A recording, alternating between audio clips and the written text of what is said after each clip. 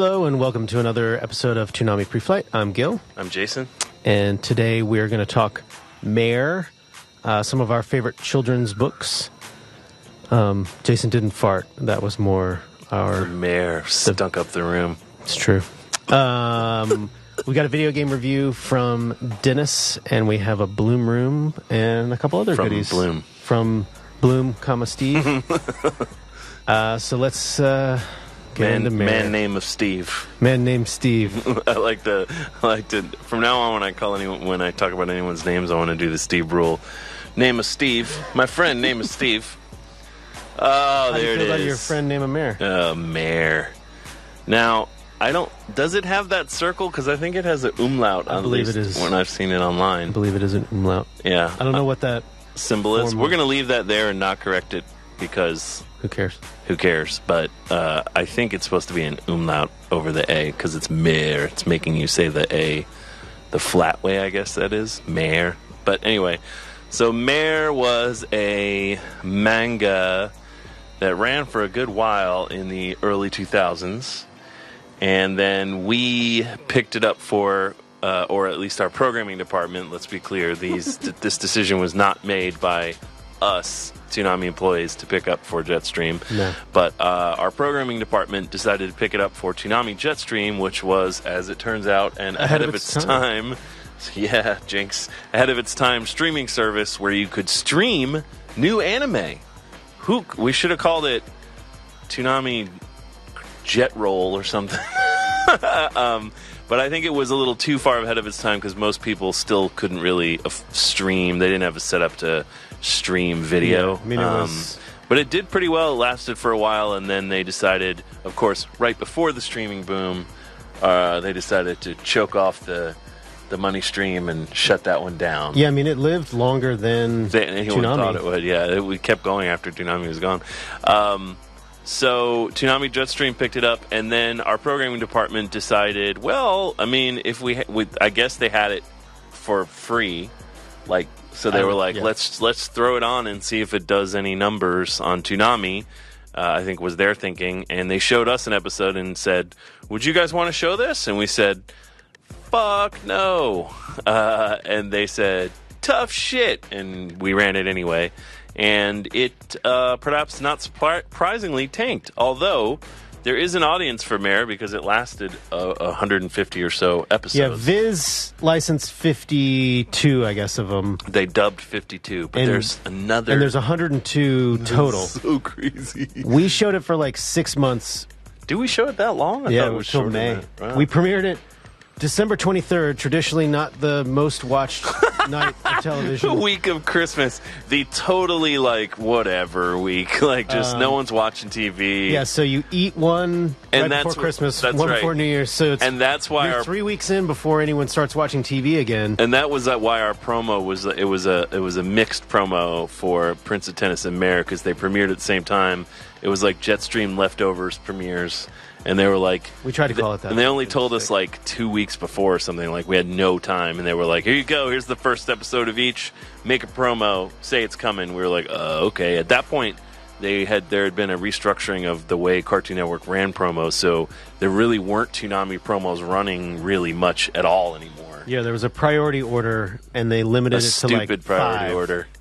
There were too many messages on the air. There are too many messages. Kids cannot handle all these damn messages. Let's pare it down to 3 or 4 important messages that we tell every kid about, and everything else can go to hell. That was the... And weirdly, we weren't one of those. Yeah, I don't... Sometimes I don't Naruto know. Topicals were. Yeah, once in a while Naruto. But anyway, so Mare, let's look at our promos and then we'll talk about the show. Well, first we'll show our Toonami Mare and Prince of Tennis split promo, which you guys have seen when we talked about Prince of Tennis. But here it is. 2 young warriors battling great odds. Are you ready? One on the court, I don't know much about tennis, but I love it. the other in an evil fantasy world. Pretty exciting stuff. First they were on Jetstream. Now we're putting them on Toonami. That's awesome. This is going to be really good. Check out The Prince of Tennis and Mare. Premiering Saturday, December 23rd at 10 and 10:30. Game, set, mace. Only Toonami and Toonami Jetstream. Yeah, 10 o'clock the day before. 10 and 10:30 the day before Christmas Eve. 10.5, our Sean's convention. Sure. Let's also look at the Toonami Jetstream promo, which also features Mare. In case you don't already know, or if you just woke up from a coma, Toonami Jetstream is the place to watch your favorite anime online. Stop on by and check out new shows like The Prince of Tennis, Mare, and Hikaru no Go, or some of your favorites like Pokemon, Samurai Jack, and Satch Bell. Just fire up your computer and enjoy the streaming at video.toonamijetstream.com. Only Toonami and Toonami Jetstream. I like that we gave you 8.8 seconds to find the URL.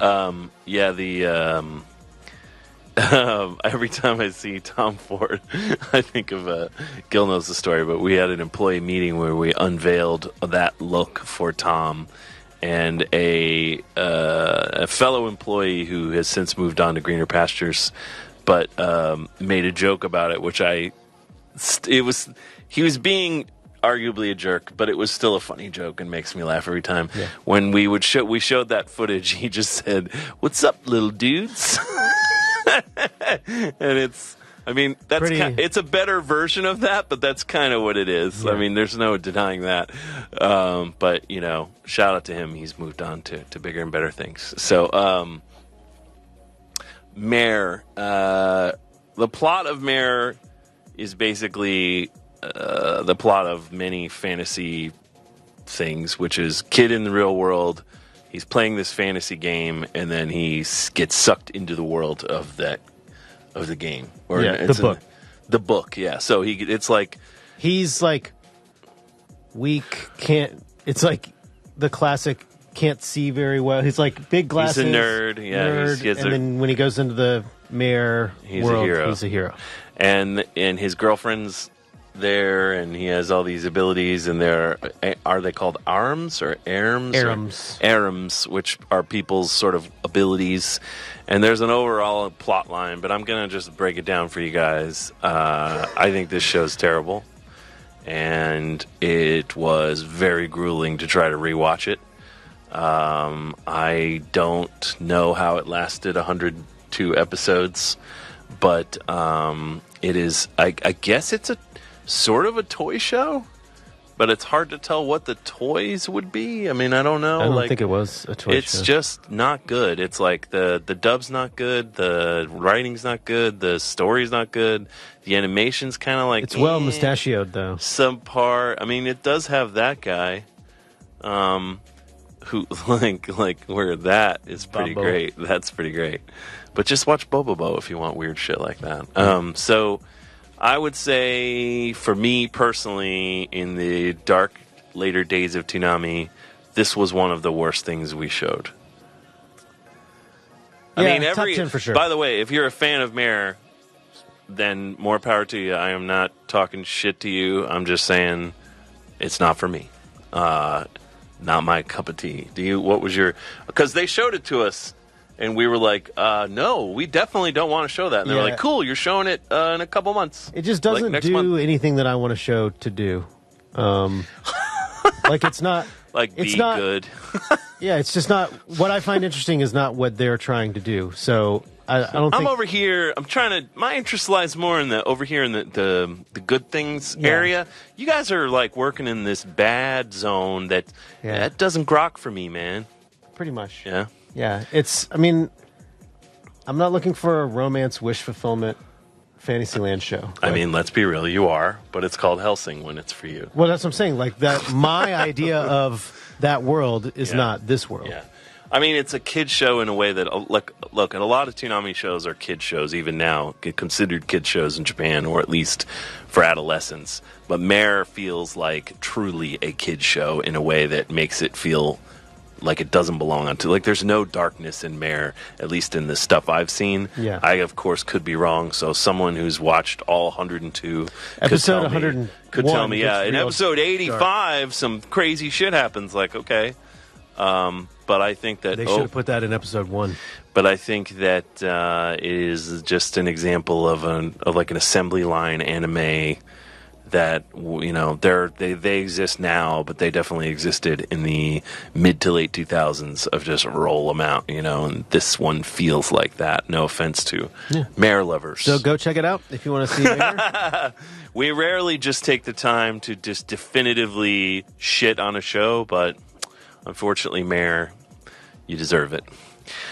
So moving on from Mare, we are talking about, since Mare felt kind of kiddie, we're talking about our subject of the day, which is what's your favorite children's book, which we had an interesting philosophical discussion about what a children's book means, because everyone's development is different and everyone's conception of what they read as a kid is different. Like Gil was saying, is Harry Potter a children's book? And kind of it is, and then picture books, is it story books, right. Like chapter books, like where's the breakdown? I was reading Stephen King at age 7, so I don't know, but I chose to interpret it as books I read pretty much before the age of 6. That's kind of or before the age of 7, when I first picked up War and Peace, when I first Dr. picked up Zhivago, it and learned that the classic children's tales. Tale of Two Cities, So that's kind of where we're at, and it turns out from most of the answers on our polls that you guys gave us, you somewhat agreed. So with that, let's start. We did our best to find moving version, excerpts of these books, but one or two of them we couldn't find, so we'll just talk about them. So I will kick it off with one of my personal faves and many people's fave. I have a copy here from our head of production, Chris Hartley, and that is The Monster at the End of This Book, starring lovable, furry old Grover. So I was a big Sesame Street kid because I was a 70s kid, and Sesame Street was one of the only things for, nowadays kids are super spoiled by all the choices they have for kids programming, which is wonderful. But back in my day when I was young, it was Sesame Street, Electric Company, and go fuck yourself, pretty much. Eventually, 3-2-1 Contact came in. Yeah. And Reading Rainbow. It was PBS. It was like, what's PBS got? Because no one else cared.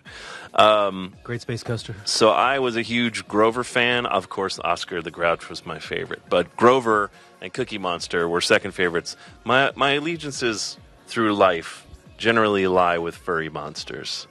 I'm not sure why that would be. I don't know. But, strange.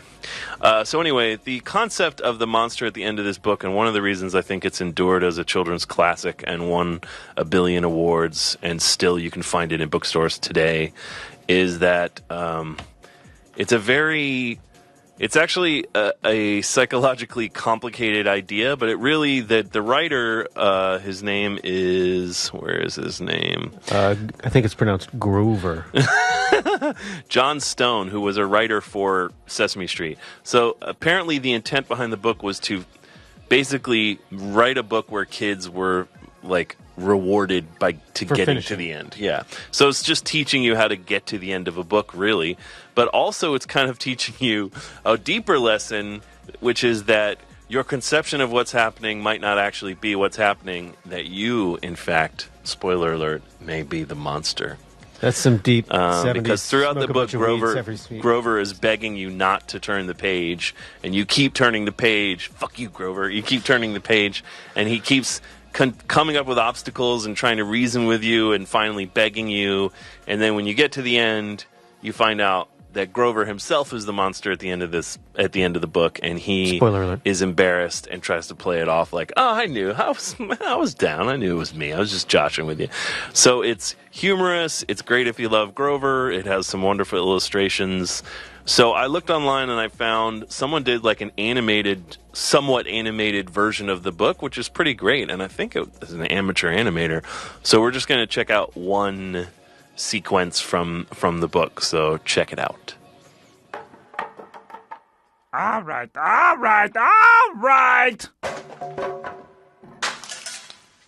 Do you know that every time you turn another page, you not only get us closer to the monster at the end of this book, but you make a terrible mess? Ah ha ha ha!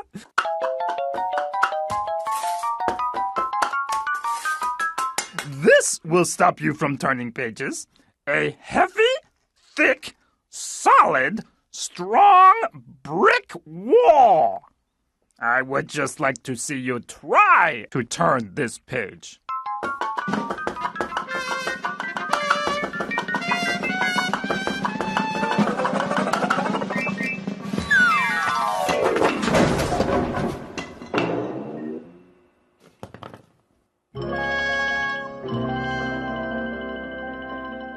Do you know that you are very strong? So, Grover complimenting you. So that's got to be official because that's Frank Oz's voice. This book came out in 1971, the year I was born, and I was an avid fan. And I read it to my own daughter when she was around that age that I read it, 3, 4, and it was one of her favorites. And now, as you see, our coworkers are reading it to their children. So great children's books are evergreen. So my second choice is actually not. In researching it, I discovered that people were not as into it as I am. But for me, it was like a huge book. It was a classic that I read every year for until I was 18. Actually, I reread it. It's a longer sort of a novella by William Steig. It's called Dominic. So William Steig is the author. Many of you will know he wrote Shrek, created the character of Shrek. Had nothing to do with the movie, but the story of Shrek came from the first Shrek book. I don't think he had any Smash Mouth in his book, but you don't know. You never know. Maybe he had Smash Mouth in his head. I don't think he had any Eddie Murphy writing. But he's written tons and tons of children's books. He's a very well-known children's author. And I thought Dominic was I think Dominic is his best book, but I discovered that it's one of his less popular books. I'm guessing it's because it's longer. It's more 90 to 120 pages. So it's more of a novel with some illustrations as opposed to an illustrated book. But Dominic concerns a young dog who decides he's had enough of staying in one place and he just wants to go wander. And so he gets his hobo pack together and he just goes wandering. And so the whole book is his adventures, meeting people, wandering around, and it's all anthropomorphized animals. And there's multiple life lessons, but Dominic basically goes around helping people and having adventures, walking the earth like Caine in Kung Fu. Yeah.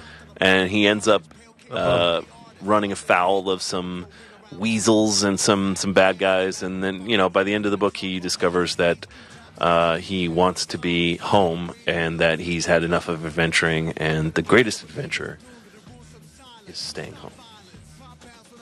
I don't think Gil would agree with that, but then again, Gil's broken inside. It's true.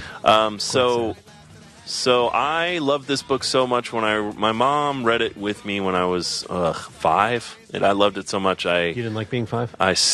No, who does? Oh. And I stole a copy from my school library, and I still have that copy that I stole. That in fact has my 70s Jason bubble stickers over where the Dewey Decimal thing should be, and the inside where you stamp it.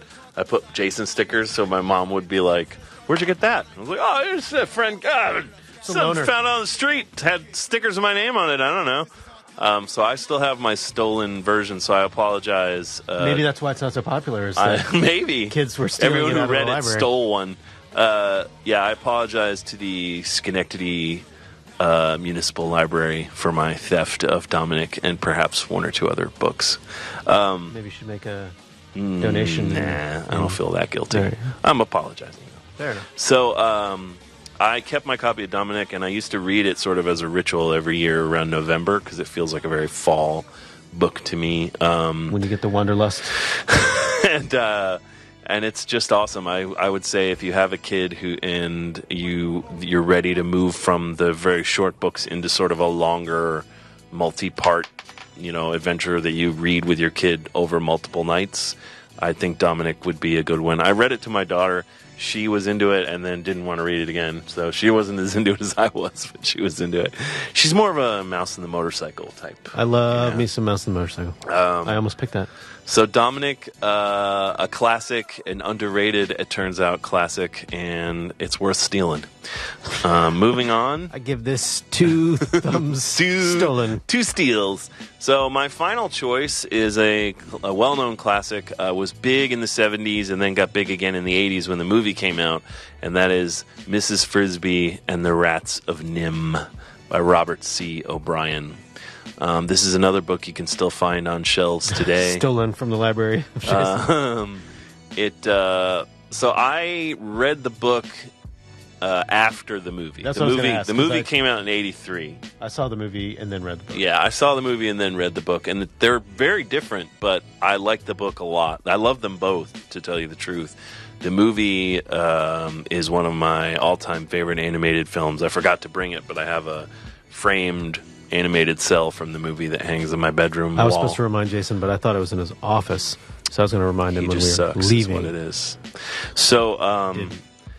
So in the story, I mean, the clip I'm going to show you from the movie basically lays out the main story of the book, although the book takes way longer to go through that story. The movie adds a mystical element that doesn't exist in the story. Nicodemus is not a mystical wizard kind of guy in the book. There is the bad guy is not, he's not even there. He left, and there's no real quote unquote bad guy other than humans in the book. But, what I love about both the book and the movie is they are unafraid of what I think a lot of the best children's stories have in them. They have a vein of darkness that sort of hints at real danger and the idea that something bad can actually happen to you. And those stakes make the story, at least as a kid and as an adult, they make the story feel more urgent, and like if there's more at stake, then you just are more invested, as opposed to, and I like that, bad shit does happen, so they're not like lying to you, you know what I mean? Which a lot of kids' books are just, understandably, for the very young kid, it's not like, whoa, we could all die one day. But it grapples with questions that you figure as an adult you end up grappling with, a lot. So in the movie, they had to change her name from Frisbee to Brisbee because the stupid ass Frisbee corporate, who makes Frisbees? Who's the Whammo, stupid ass Whammo. They approached them and said, "Look, her name's Frisbee. You're not going to sue us, are you?" And they said, "Yes, we will sue the ass off of you." And this was after the movie already started, so they had to go back and they couldn't get certain actors again. So like John Carradine, who voices the owl, his saying Frisbee, so they had to find a time where he said a B word and then overdub it over him saying Frisbee. We call that cobbling today. So people were mad at the movie for not using the name, but who they should be mad at is the stupid ass Frisbee manufacturer who felt like the average American consumer was so dumb that they would be like, "It's made by Frisbee." What you really should be mad at is that their lawyers, like, how do you not win that case? Like, because they didn't have the money. So the movie was basically an independent movie. They were distributed by MGM, which did not market the movie at all, and they worked so hard on it with such a small budget that they had to give shares to all the animators. So it was truly so they just couldn't afford to fight a legal battle with Frisbee. That's why I don't use Frisbee. Whammo Frisbee's a piece of shit. Gil's a ultimate Frisbee player, so he knows from Frisbee. Shout out Discraft. He also knows. 175 He also grams. knows from complete lack of dignity. That's a separate story. Let's no. I think it's pretty tied to the Frisbee thing. I never thought about that. Yeah, just think harder. You keep thinking. We're going to look at a clip of Secret of Nim that sort of lays out the story. In the beginning, we were ordinary street rats, stealing our daily bread and living off the efforts of man's work. We were captured, put in cages, and sent to a place called Nim. There were many animals there, in cages. They were put through the most unspeakable tortures to satisfy some scientific curiosity. Often at night, I would hear them crying out in anguish. 20 rats and 11 mice were given injections.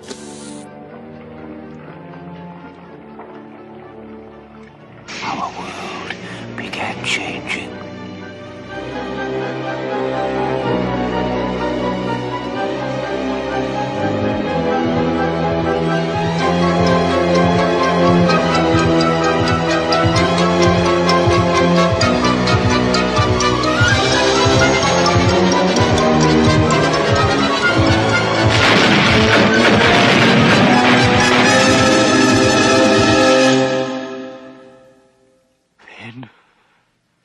One night, I looked upon the words under the cage door and understood them.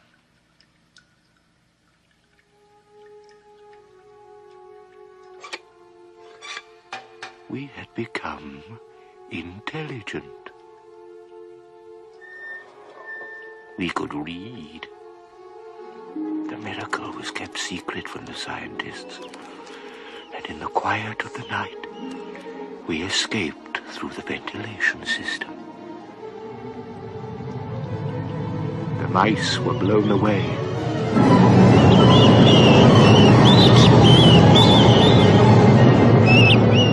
Sucked down dark air shafts to their deaths.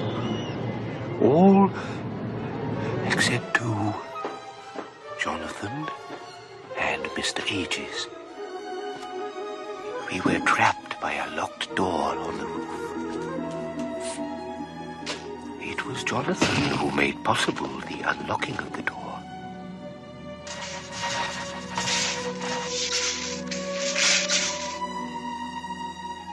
I have a gift. Come, Jonathan meant it for you. Oh, it's so beautiful. It sleeps. Sleeps? When worn by one with a courageous heart, the stone glows red. It becomes a blinding radiance. Courage of the heart is very rare. The stone has a power when it's there. Look, an inscription. You can unlock any door if you only have the key. Oh, thank you. I will treasure it always. Jonathan couldn't tell you about Nim because the injections slowed the aging process. You see, you would have grown old while he remained young. Nicodemus, the boats are ready and waiting. We can leave any time. Good. My child, shall we journey to your home? Dope. Yeah, a little long of a clip, as Gil pointed out, but So that's fine. So, Gil, I turn it over to you. Nice. First for me is one of my favorite tales as a young pup, Corduroy. Even though he's not a dog, he's a bear. But just trying to think of the segue. It didn't really work. As a young cub. There you go. Were you a Cub Scout? I was. Oh, so you double missed it then. And a Weebelo. Of course you were. Corduroy is the Just 1968 Dan Freeman book. And this was one of the books that I would sort of read myself, but really it's sort of like just flipping the pages, and I'd heard so many times. You weren't I knew really the story. reading till you were 10. Yeah. But Corduroy is a bear. You can barely read now. Who is that? Corduroy. Corduroy, I believe I'm saying that correctly. Corduroy is a toy bear who's in a department store, and nobody wants to buy him because he doesn't have a button. He's not fully complete. But so he goes on this magical journey to find his button, and the next morning, the little girl comes back and buys him, and it's a very sweet tale of adventure and redemption and love and joy. So let's watch a little clip from Corduroy. Today we're going to read Corduroy by Don Freeman. Corduroy is a bear who once lived in the toy department of a big store. Day after day, he waited with all the other animals and dolls for somebody to come along and take him home. The store was always filled with shoppers buying all sorts of things, but no one ever seemed to want a small bear in green overalls. Then one morning a little girl stopped and looked straight into Corduroy's bright eyes. "Oh, Mommy," she said, "look, there's the very bear I've always wanted." "Not today, dear," her mother sighed. "I've spent too much already. Besides, he doesn't look new. He's lost the button to one of his shoulder straps." Corduroy watched them sadly as they walked away. "I didn't know I'd lost a button," he said to himself. "Tonight I'll go and see if I can find it." Late that evening, when all the shoppers had gone and the doors were shut and locked, Corduroy climbed carefully down from his shelf and began searching everywhere on the floor for his lost button. And it just gets more exciting from there. That's a thrill a minute. That's a good, like, young kid book. Yeah. That's like or guild book. Yeah. Same difference. The first time I read this was my junior year in high school. Easily wanders. And it was my first book that I could finish cover to cover on my own. So it was really good job.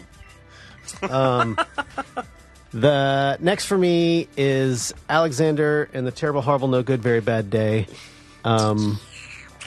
which, I mean, you didn't. I had Alexander's hair at one point. You just liked him because he's a redhead. Yeah, I like this book for a lot of reasons. One of which is that I like the anti-hero's journey that you go on with Alexander, where you start off and you feel sorry for him because it does seem like a pretty crappy day, and then he just goes on, and you're like, you gotta eventually pull out of this, man. Like, it's not going to be that bad forever. And then you come around and you're just sort of funny at the end. And I also like that the moral of the story is sometimes you have shitty days.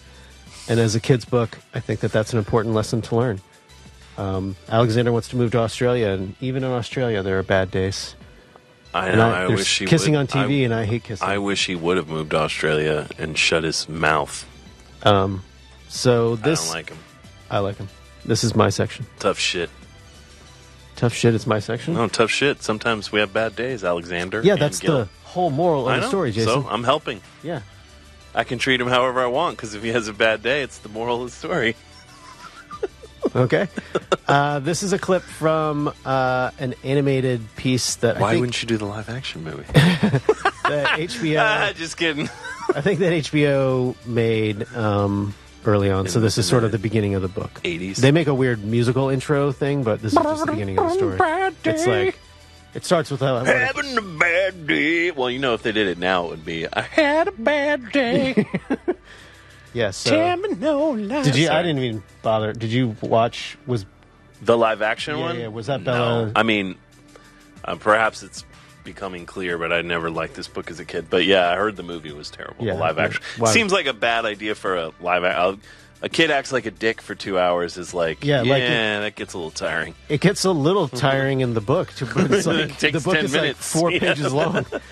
And you can be like, oh, that sucks. Oh, you're kind of complaining a lot. Oh, that's funny. They made a show about this. It's called Caillou. Go to hell, Caillou. Whiner. Anyway. So here, let's check out Jason's favorite book. Sorry. So much to do, so little time in the world.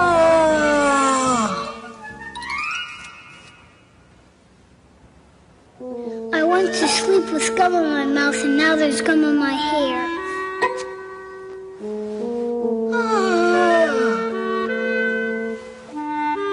Alexander, I'm giving you exactly 2 minutes to get down here. When I got out of bed, I checked on my skateboard.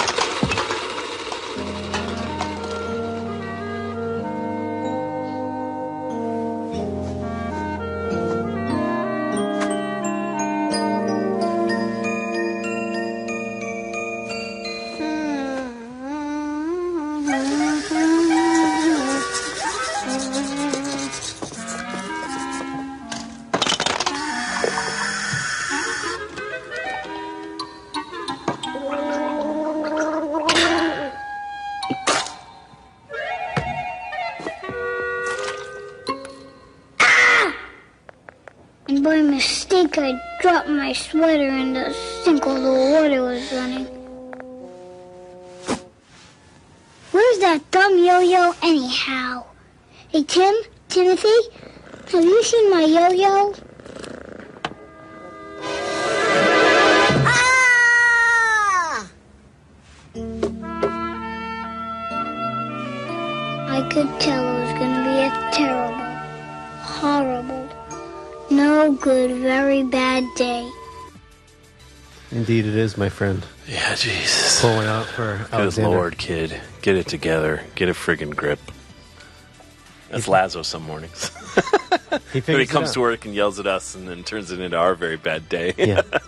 Which happens from Shout out to Lazo if you're watching this. You know it's true. And last for me is Maurice Sendek's seminal classic, Where the Wild Things Are. Also brought in by Chris Hartley, because my mom has all my children's books. Well, you don't have any children, so you have no need to have that book. Yeah. So what I have is the clip for the trailer for the movie that came out. That's good. Better than the movie. Yeah. No, I mean the movie was good, but the trailer... movie was okay. The trailer's trailer's great. great. And I don't even like Arcade Fire, and I was like, this is a great trailer. And but this book, I think, is every kid's sort of dream and reality morph, which is the genius of the book, and the art is so amazing. And so Max smashes a bunch of stuff, gets sent to his room, and then goes on a wild adventure, which I think is... It's a pretty universal idea that, like, oh, if I could run away, then I would be happy, live on an island and be the boss. A lot of kids experience some version of that. And so, I mean, I think it's a really well-written book, and I think the art is great, and I think it's a really cool story. So let's check out a dope trailer that doesn't have anything really to do with that. But gives you a general idea.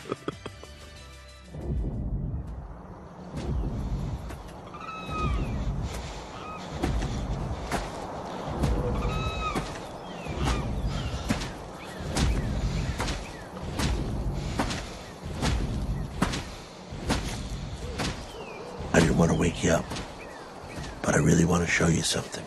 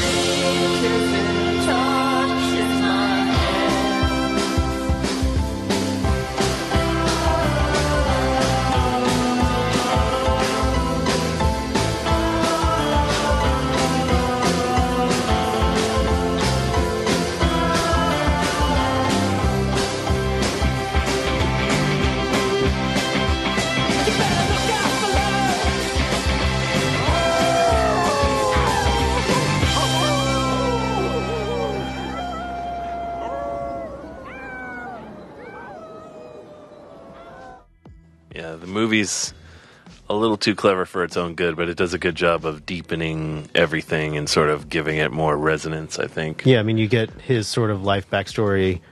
It really... He's gone for a year in the book, but... I mean, weirdly, the movie turns it into almost not a children's book anymore, like a children's story. Like, you wouldn't necessarily show the movie to a kid who you would read the book to. Yeah. You know what I mean? Like, maybe that's where it went wrong. I don't know. But, yeah, awesome book. So those are our picks. Let's check out Adult Swim Facebook's favorite children's books. Captain Underpants, baby. Del Toro Quest, monster at the end of this book. The Giving Tree, of course, all-time classic. And Holes. I think generationally, Captain Underpants, Del Toro Quest, and Holes are all sort of younger people picks. I like Holes. Yeah. I mean, they're all good. That's just not our I never really read any of the Captain Underpants to Bella because she didn't like them. She was like, ew, a man in his underpants. And she just wasn't into it. Yeah. She didn't think it was funny. My nephews liked it. It's funny. I think it's a I little wonder more if it's a boy skewing thing. I don't know. I think probably so. Let's see what the Toonami Facebook's favorite children's book picks are. So, Dr. Seuss, I feel there was probably a specific choice there. But, of course, you can't really go wrong with Theodore Geisel, a.k.a. Dr. Seuss. Goosebumps, definitely a generational thing. Yeah. Those are fun because, again, they introduce the idea of horror to a young audience. They're not particularly well written, but they definitely did a great service to the world of horror. Yeah, I mean, there wasn't really another... Yeah. Harry Potter, of course, again, you could argue the later Harry Potters aren't really children's books, but certainly the first couple are. We'll do another episode later that's our favorite young adult books. Yeah, exactly. That's why they invented the young adult, tagline. And then Thief Lord, which I don't know anything about. No. But I guess you guys love it. Younger folk in the room? Thief Lord. Thumbs up? Thief thumbs Lord? down? Anyone in the room know Thief Lord? Bunch of non-reading assholes. Well, thanks for participating, Toonami Facebook. So now let's go to our first sneak peek of the day, and that is for this week's video game review. This one was written by Dennis, and it's for a PlayStation downloadable called Song of the Deep, which looks pretty cool. I haven't played it. Yeah. It looks cool, though. I haven't played it either, but based on this review, Tom sold me on it, so let's see if he'll sell you on it, too.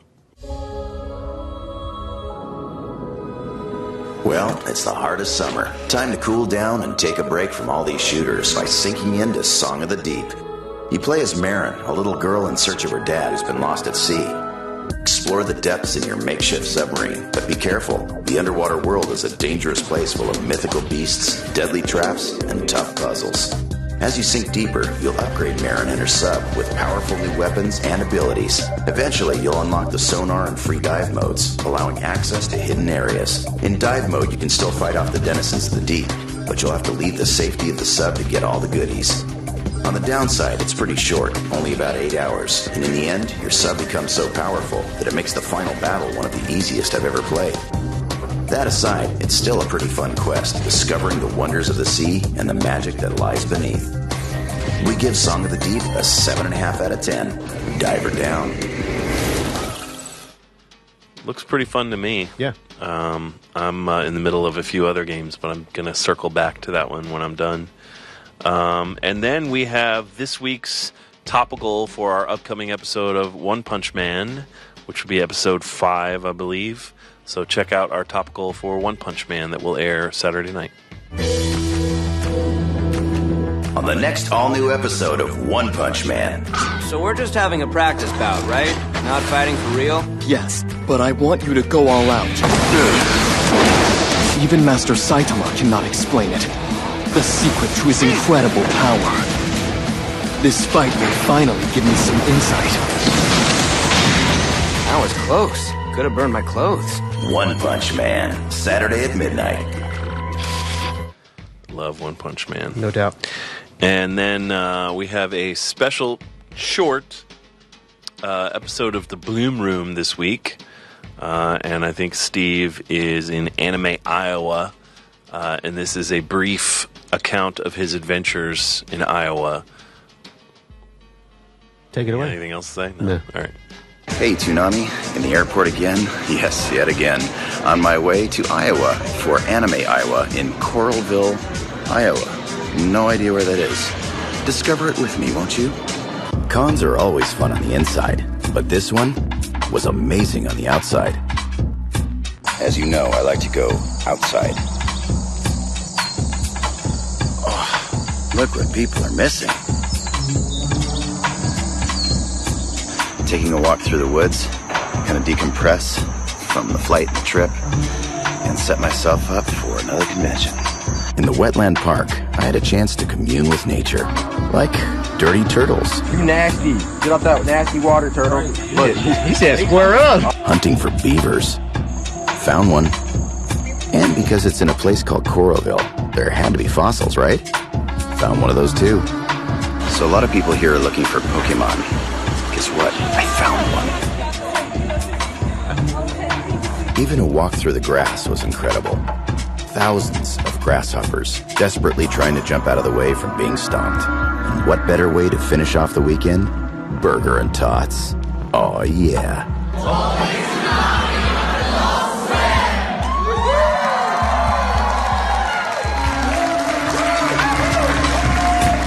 That's how you do it. Thousands of grasshoppers would scare the shit out of me. I want to eat them all. Of course, that's my response to most problems, most stimuli. So finally, we'll close out this episode by talking about this week's Adult Swim single, which at the time of this broadcast will have been released. You can go to adultswim.com/singles and get it.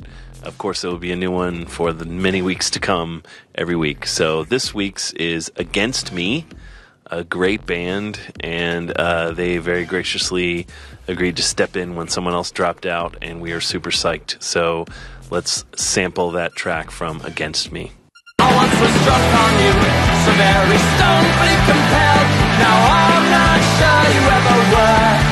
I once was drunk on you, so very stonefully compelled. So guided, bound and well. When the bond dried up, you're already gone.